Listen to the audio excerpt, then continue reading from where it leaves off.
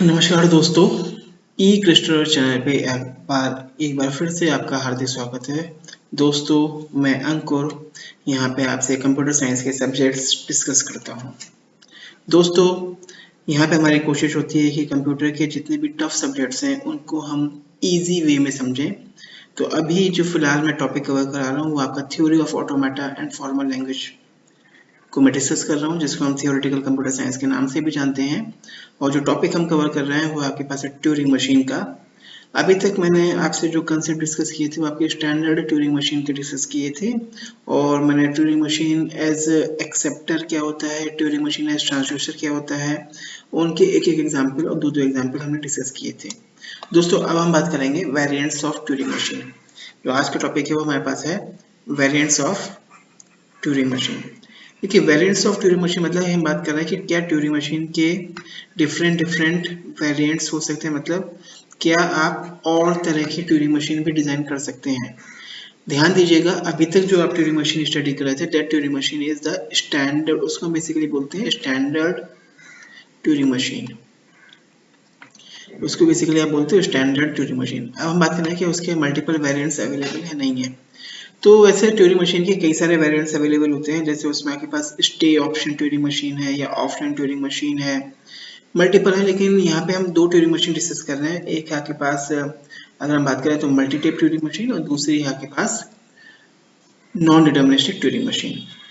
ध्यान दीजिएगा, अगर हम जैसे सबसे पहले अगर हम बात करते हैं मल्टी टेप ट्यूरिंग मशीन की, जो हम कंसेप्ट डिस्कस कर रहे हैं उसकी अगर हम बात करेंगे तो वो डिस्कस करते हैं मल्टी टेप ट्यूरिंग मशीन की। दोस्तों, यहाँ पे मैंने इसकी डेफिनेशन यहाँ पे डिटेल में नोट कर दी है, लेकिन मैं आपको डेफिनेशन की बजाय डायरेक्टली कंसेप्ट को क्लियर करते हुए बताता हूँ कैसे हम वर्किंग कर रहे हैं। देखिए, अगर हम बात करते हैं तो जो आपने ट्यूरिंग मशीन स्टडी करी थी अभी तक, उसमें आपको याद होगा कि जब हमने ट्यूरिंग मशीन स्टडी करी है, जो ट्यूरिंग मशीन आपने स्टडी करी थी, that is the standard Turing machine, उसमें आपके पास सिंगल टेप होता था। उसमें आपके पास सिंगल टेप होता था। जैसे मतलब अगर हम बात करें तो जैसे आपने कोई भी लैंग्वेज दी तो आपका जो इनपुट था वो आप सिंगल टेप पे आप स्टोर करा रहे हो। ठीक है, सिंगल टेप पे आपका वो डेटा स्टोर हो जाता था, और जो हेडर था वो किसी लोकेशन में पॉइंट आउट करता था, और आपका हेडर या तो राइट मूव करेगा या आपके पास लेफ्ट मूव करेगा। इस तरह से आप वर्किंग कर रहे थे, जो आपकी स्टैंडर्ड ट्यूरिंग मशीन का सिंपल वर्किंग थी। ठीक है, मल्टी टेप ट्यूरिंग मशीन की हम बात करें कि अगर आप नंबर ऑफ टेप्स, अगर आप किसी ट्यूरिंग मशीन में आप n टेप्स का यूज कर रहे हैं for working for the operation, then that Turing machine is known as the multi-tape Turing machine। उसको आप बोलेंगे multi-tape Turing machine। ठीक है, तो मल्टी टेप ट्यूरिंग मशीन की अगर आप बात करते हो तो, अगर हम बात करते हैं तो उसकी डेफिनेशन सिमिलर है जैसे हम बात करते हैं मल्टी टेप ट्यूरिंग मशीन की। तो उसमें भी आपके पास वही 7 टपल्स होते हैं, that is Q input symbols के लिए, क्यू सॉरी स्टेट्स के लिए सिग्मा आपके पास इनपुट सिंबल्स हो गए, टाउ जो है वो आपके पास टेप के सिंबल्स हो गए, डेल्टा आपका ट्रांजिशन फंक्शन है, क्यू नॉट आपकी इनिशियल स्टेट है, कैपिटल बी ब्लैंक को रिप्रेजेंट करेगा, एफ फाइनल स्टेट होती है। लेकिन जो इसका ट्रांजिशन फंक्शन है वो बेसिकली हम जो डिफाइन करते हैं वैसे डिफाइन करते हैं। तो ट्यूरिंग मशीन का जो ट्रांजिशन फंक्शन था वो आपने ऐसे डिफाइन किया था ना, delta such that Q cross tau will produce Q cross tau cross left और राइट मूवमेंट जो भी आपका होगा। ठीक है, तो यहाँ पे हम डिफाइन करते हैं Q cross tau to the power n will produce q cross tau to the power n multiplied by, and that is the relation with n left or right movement of the header। ठीक है, यहाँ पे n जो denote कर रहा है, अगर power की बात करें तो ये आके डिनोट करता है नंबर ऑफ टेप्स को। ठीक है, दोनों ही केस में ये नंबर ऑफ टेप्स की बात कर रहे हैं, और ये वाला n भी आपके पास नंबर ऑफ टेप्स को रिप्रेजेंट करता है। मतलब जैसे अगर हम बात करें कि अगर आपके पास आप मल्टी टेप ट्यूरिंग मशीन बना रहे हैं जिसमें आपके पास नंबर ऑफ टेप्स 2 हैं, तो आपके पास टेप 2 होंगे। एक टेप यहाँ पे ऐसे होगा और दूसरा टेप आपके पास यहाँ पर ऐसे होगा अगर हम बात करें, और आपके पास जो हेडर होगा अगर उसकी हम बात करें तो वो हेडर कॉमनली अगर हम बात करते हैं तो वो एक ही हेडर होगा, जो बेसिकली 2 हेडर होंगे, एक हेडर यहाँ लगेगा, एक हेडर यहाँ होगा, लेकिन मशीन जो है वो दोनों पर सेम स्टेट पे रहेगी पर्टिकुलर मूवमेंट पर। ठीक है, तो यहाँ पे n जो है वो टेप को डिनोट करता है। अगर हम बात करें तो आप ये कह सकते हो कि जब n की हम बात करेंगे तो अगर नंबर ऑफ टेप्स 2 हैं तो यहाँ पे n की वैल्यू 2 हो जाएगी, यहाँ पर भी आपके पास n की वैल्यू 2 हो जाएगी, और यहाँ पर भी आपके पास n की वैल्यू 2 होगी कि लेफ्ट मूवमेंट होगा या राइट मूवमेंट होगा। लेकिन यहाँ ध्यान दीजिएगा, एल और आर के रिस्पेक्ट में अगर हम बात करेंगे तो किसी टेप में जैसे हमें नंबर ऑफ टेप्स एन के आप 2 लेके चल रहे हो तो हो सकता है एक टेप जो है वो आपका लेफ्ट मूवमेंट करे, दूसरे टेप में आपके पास हेडर राइट मूव करे, ऐसी ऑपरेशंस हो सकती हैं।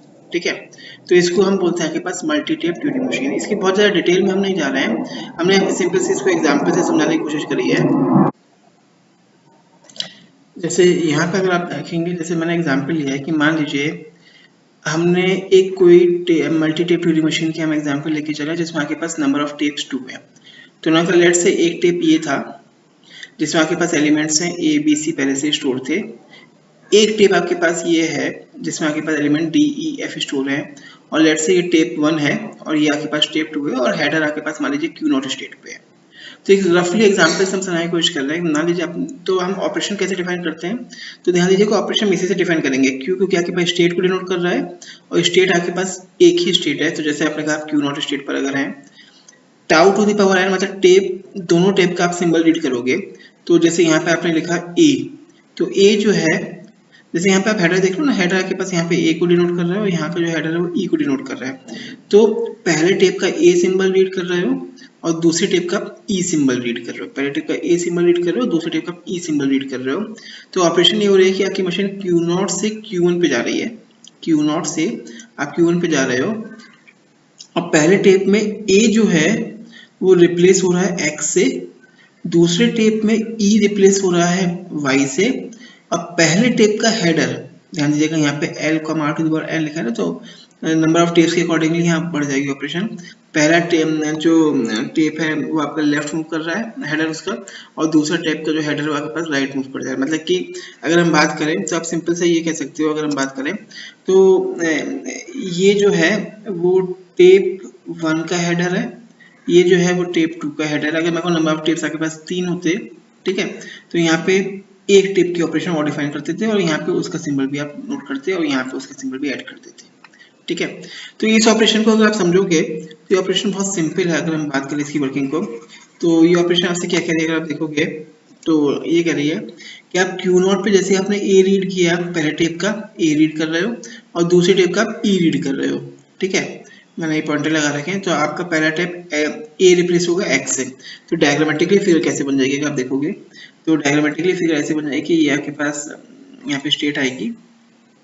तो कह रहे हैं कि मशीन Q0 से कौन सी स्टेट पे पहुंचेगी, पास Q1 पे, तो यहाँ पे आ जाएगी Q1 स्टेट। ठीक है, ये पहला टेप था, ठीक है, और ये दूसरा टेप था। यहाँ पहले टेप के सिंबल्स हैं 1 2 3 4 5, ये दूसरे टेप के सिंबल हैं 1 2 3 4। ठीक है, तो वो कह रहा है कि पहला टेप में जो है ए जो है वो रिप्लेस हो रहा है एक्स से। ठीक है, तो जो ए है वो रिप्लेस हो जाएगा एक्स से, तो यहाँ पे एक्स आ जाएगा, बाकी सिंबल वैसे ही रहेंगे। ठीक है, दूसरे टेप में ई जो है वो रिप्लेस हो रहा है वाई से, दूसरे टेप में ई रिप्लेस हो रहा है वाई से, तो डी ऐसे ही रहेगा, ई रिप्लेस हो गया वाई से और यहाँ पे एफ आ गया। ठीक है, और पहले टेप का हेडर जाएगा लेफ्ट, तो हेडर यहाँ से लेफ्ट जाएगा, तो हेडर यहाँ पे आ जाएगा, लेट्स से यहाँ ब्लैंक है।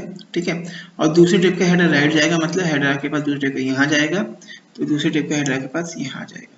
मतलब अब अगली जब ऑपरेशन होगी तो पहले टेप, ये टेप 1 है, तो पहले टेप से आपका ब्लैंक रीड करेगा और दूसरे टेप से अगर हम बात करें तो वो आपके पास F को रीड करेगा और फिर ऑपरेशन परफॉर्म करेगा। ये सिंपल सी मैंने वर्किंग क्लियर की आपको मल्टी टेप ट्यूनिंग मशीन की। ठीक है, तो जनरली अगर आप multi tape tuning machine design करते हो तो आप उसकी ऑपरेशन को इस तरह से डिफाइन कर सकते हैं। ये जो मैंने दूसरा डायग्राम बनाया उसी चीज को मैंने यहाँ पे आपके आगे शो कर रखा है। लेकिन अगर हम थोड़ा सा आगे हम बात करें तो वो क्वेश्चन आता है कि is multi tape Turing machine more powerful than standard Turing machine. Question यहाँ पे ही आता है कि क्या मल्टी टेप ट्यूरिंग मशीन जो है वो स्टैंडर्ड ट्यूरिंग मशीन से ज़्यादा पावरफुल है। देखिए, पावरफुल ट्यूरिंग मशीन के रेस्पेक्ट में हम ये कह सकते हैं, पावरफुल किस रेस्पेक्ट में जब बात होती है तो हमें कहते हैं कि जितनी लैंग्वेजेस आप स्टैंडर्ड ट्यूरिंग मशीन से एक्सेप्ट करा रहे हैं, क्या उससे ज़्यादा language multi tape Turing machine accept कर सकती है। मान लीजिए मैं कहूँ कि आपकी स्टैंडर्ड ट्यूरिंग मशीन से आप अगर 100 लैंग्वेज एक्सेप्ट करा रहे हो, तो क्या आपकी मल्टी टेप ट्यूरिंग मशीन इन 100 लैंग्वेज को तो एक्सेप्ट कर ही रही है, इसके अलावा अगर कोई एक्स्ट्रा लैंग्वेज एक्सेप्ट कर रही है तो हम कह सकते हैं कि मल्टी टेप ट्यूरिंग मशीन जो है वो मोर पावरफुल है स्टैंडर्ड ट्यूरिंग मशीन से। ठीक है, तो इसकी अगर हम बात करें तो अब तक की जो रिसर्च हुई है उस रिसर्च से रिजल्ट ये निकल के आया है कि multi tape Turing machine is no more powerful than standard Turing machine. मतलब जो सारे टास्क आप मल्टी टेप ट्यूरिंग मशीन में परफॉर्म कर सकते हैं वही सारे टास्क आप स्टैंडर्ड ट्यूरिंग मशीन में परफॉर्म कर सकते हैं। मतलब multi tape Turing machine design करने का आपको कहीं पर भी कोई भी एक्स्ट्रा बेनिफिट नहीं है। मतलब अगर आप मल्टी टेप ट्यूरिंग मशीन से अगर आप 200 लैंग्वेज को एक्सेप्ट करवा रहे हैं तो स्टैंडर्ड ट्यूरिंग मशीन उन 200 लैंग्वेज को एक्सेप्ट करेगी। मतलब ये दोनों एक दूसरे के इक्विवेलेंट है। इस पॉइंट को आप याद रखिएगा, ध्यान दीजिएगा। एक बात समझिएगा कि जितने भी ट्यूरिंग मशीन के वेरिएंट्स डिजाइन किए हैं, चाहे वो स्टे ऑफ मशीन हो, चाहे वो मल्टी टेप ट्यूरिंग मशीन हो, चाहे वो नॉन डिटरमिनिस्टिक ट्यूरिंग मशीन हो, चाहे वो आपके पास अगर हम बात करें तो अदर टाइप की मशीन हो जिसमें आपके पास डिफरेंट तरीके से वर्किंग करते हैं, आप ऑफलाइन मशीन की हम बात करें, सारी मशीन की वर्किंग स्टैंडर्ड ट्यूरिंग मशीन से ज़्यादा पावरफुल नहीं है। इस पॉइंट को आप याद रखिएगा। ठीक है, क्योंकि ये कुछ क्वेश्चंस होते हैं जो बच्चों को जनरली क्लियर नहीं होते हैं, तो उनके पॉइंट ऑफ व्यू से हम ये समझा रहे हैं। ठीक है, तो धन्यवाद दोस्तों इस लेक्चर में। अगले लेक्चर में हम जो टॉपिक डिस्कस करेंगे वो हम डिस्कस करेंगे वेरिएंट्स ऑफ ट्यूरिंग मशीन में अगली Turing machine that is the non deterministic Turing machine. धन्यवाद दोस्तों।